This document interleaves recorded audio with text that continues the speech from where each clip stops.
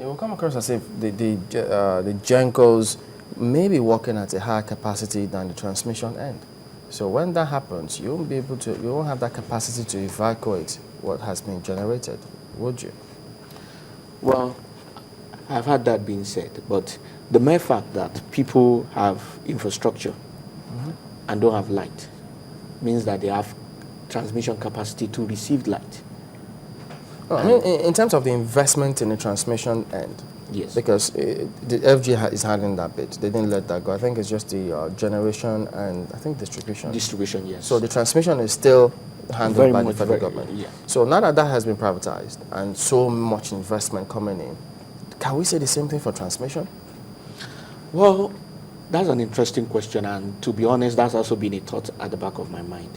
One of the things I think that could have, and this is me strictly speaking now, was that there was no reason why you couldn't have a company manage the three aspects as a whole, which is like what happened in telecoms. In other words, you have a company that will manage generation, transmission, and distribution.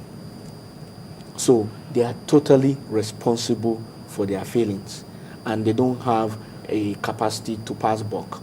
But government in their wisdom, or the stakeholders in their wisdom, has decided that either for security reasons or for strategic reasons, but for whatever reasons, there must be rational reasons anyway, where they had this transmission which they are not totally letting go. I would use the word totally letting go because really right now it's not technically in their hands. It's in the hands of a Canadian firm which has a history of doing successfully, of managing such projects successfully, and is also managing similar projects for the government of Canada and all that. So I think that, I think they should do good work.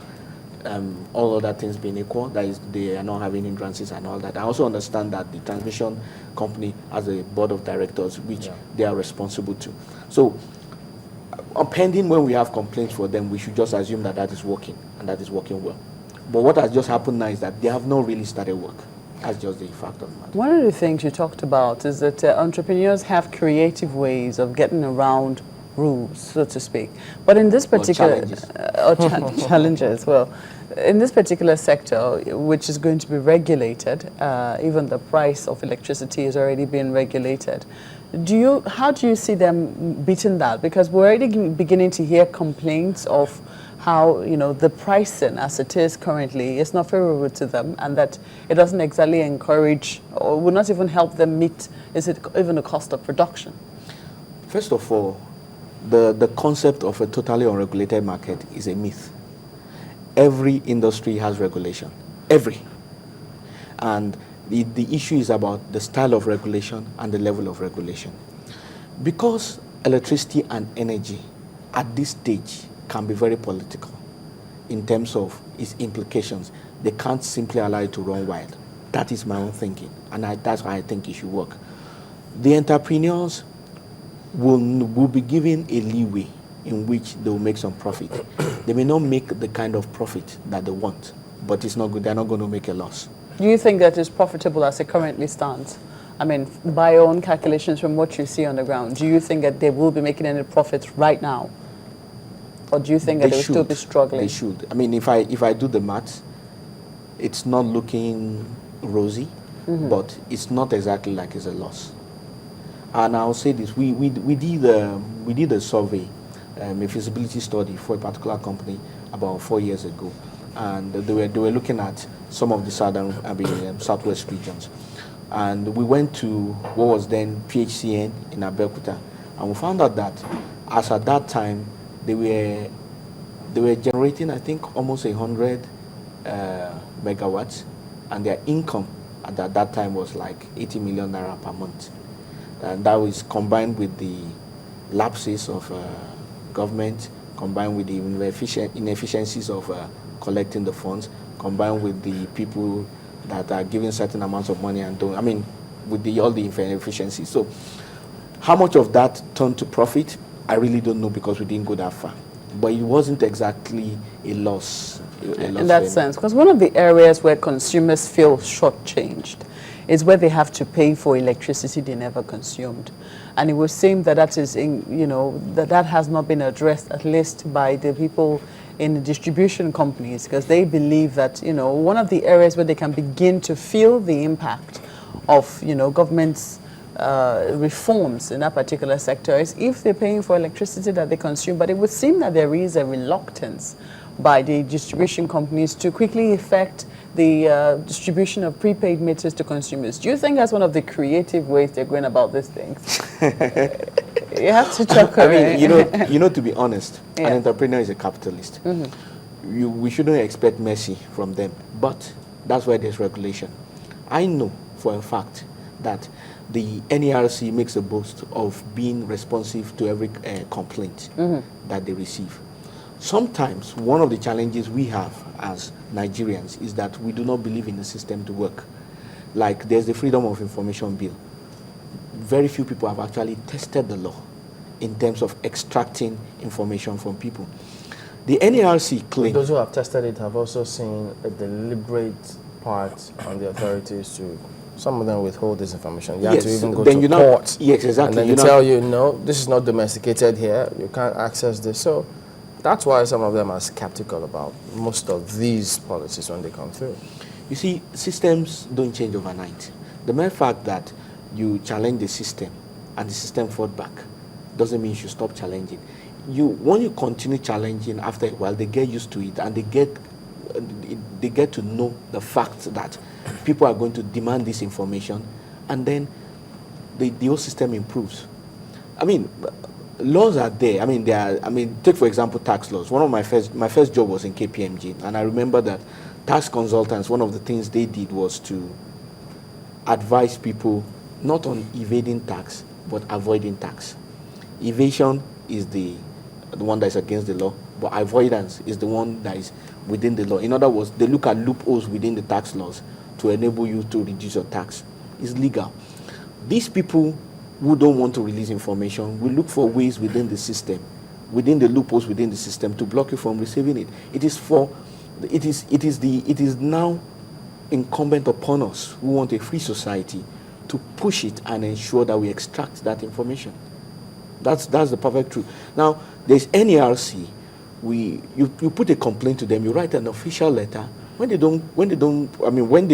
refuse or when they are working slowly, then you take it a step forward by seeing them or making it public and challenging them to the thing, because they claim they don't have a whole range of issues.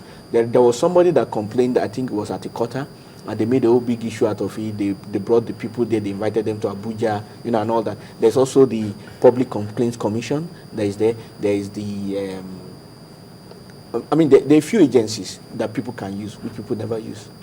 So until those agencies are actually worked out and engaged, then we cannot really say that they're not doing their jobs. I think what people don't understand, I'll go back to what we had earlier started with, because people still don't understand their difficulty. And if you try to relate it to the telecommunications era, yes, they will say, no, the only hassles or headache people had then was in tariff. But once you hold your telephone in your hand, you could actually place a call, once dial, and you get to the other end. How difficult? I still go back to that.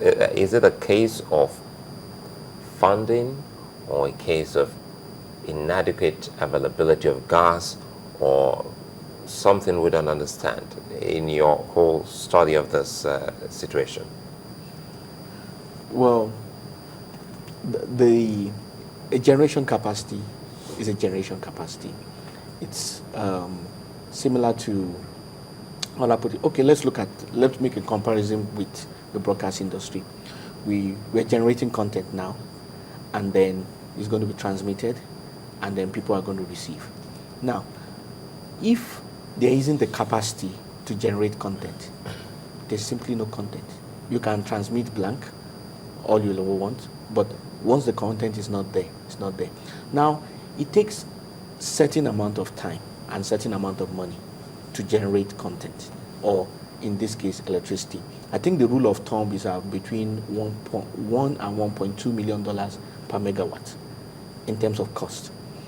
And that money is not something people keep at the back in their back pocket, or they can extract from banks. They need consortiums, they need agreements, and we're not talking 5 megawatts here. We're talking big sums. So it's something that is going to involve more than just the government willing to give money. It's going to involve more than our banks, so to speak. So those are factors that they are not even making clear to people in terms of the thing is not, it's not a joyride. I'm happy you say they're not making it clear to the people. Yes, they are not, and it's in their responsibility to do that, because as stakeholders, they need to engage the media as a stakeholder. The media becomes a stakeholder of every industry. It's incumbent upon them to explain the processes, to explain their limitations, and to engage them in communicating those limitations in proper language to the ordinary people. One of which happens to be gas. Gas. I schooled in Kaduna, and our school was not far from the NNPC refinery. It was a military school. I think for the 5 years that I spent in that school, there was this fire that was always flaring every single day. No matter how hot the rain, the fire never quenched. I was older, I'd left school when I realized that it was gas. And today, we even have greater gas capacities we have gas capacity associated with our coal. We have gas capacity associated with our oil reserves. Now, converting it to what can be used or domesticated is going to be part of another infrastructure development that is being managed by the NNPC, something called the Gas Master Plan. That Gas Master Plan is in a limited stage of development. And if you don't have the infrastructure, you simply can't have the gas. You can have the gas flaring up, but it's still not usable. It's like people say water everywhere, but not available to drink. One of the key infrastructures that is needed for effective usage of the gas is the pipelines. And it's no news about the history and the issues that people have with pipelines. Perhaps they need to do something new about pipelines. Maybe it needs to go underground or something, or maybe they need to make it bomb-proof, something. But whatever be the case, there is going to come a time when we need to have either them stopping giving us excuses about pipelines, or the whole communities rise up in block and ensures that the pipelines in their areas are not vandalized. Because you cannot really vandalize a pipeline without the support of the community in which the vandalization takes place. All right, then Bode Sowunmi is an energy analyst. Thank you for coming on this morning. We'll return after this break. We've got other matters in the front burner here today, so please join us again.